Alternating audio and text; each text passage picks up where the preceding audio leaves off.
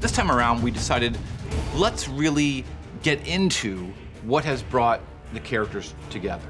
I know as a Marvel fan, I always want a story. The first scene of the story mode takes place in X-Guard.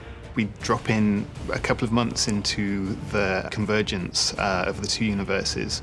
Ultron and Sigma have not only fused their bodies, but have also fused the Marvel and Capcom universes together. We have upward of 25 speaking characters in the game, so what we're doing is introducing them in small teams. One of the things that was very fun early on was thinking of what character pairings would work, and even if they didn't work throughout the entirety of the story, they would at least set up good moments. They go off on these stone missions where we get to see some more of their interactions with each other. The fun of seeing Spider-Man and Frank West like trade jabs at each other about being better photographers. They both have a similar kind of way of dealing with the world through their wit. The difference is Spider-Man kind of uses his wit as a weapon, and Frank's using his wit as a shield.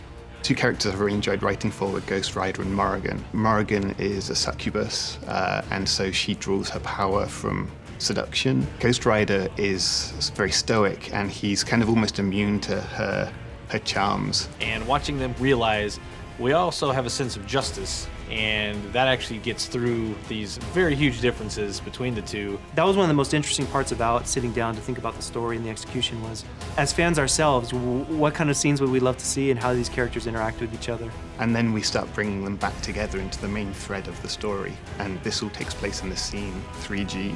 All the events that have happened up to that point all converge into this big moment. You see some of that in the full story trailer that we released in August. You've got the symbiote in play, you've got Jeddah, you've got the Infinity Stones. There's just a lot going on. It's the moment where you see all of these characters coming together against this huge threat.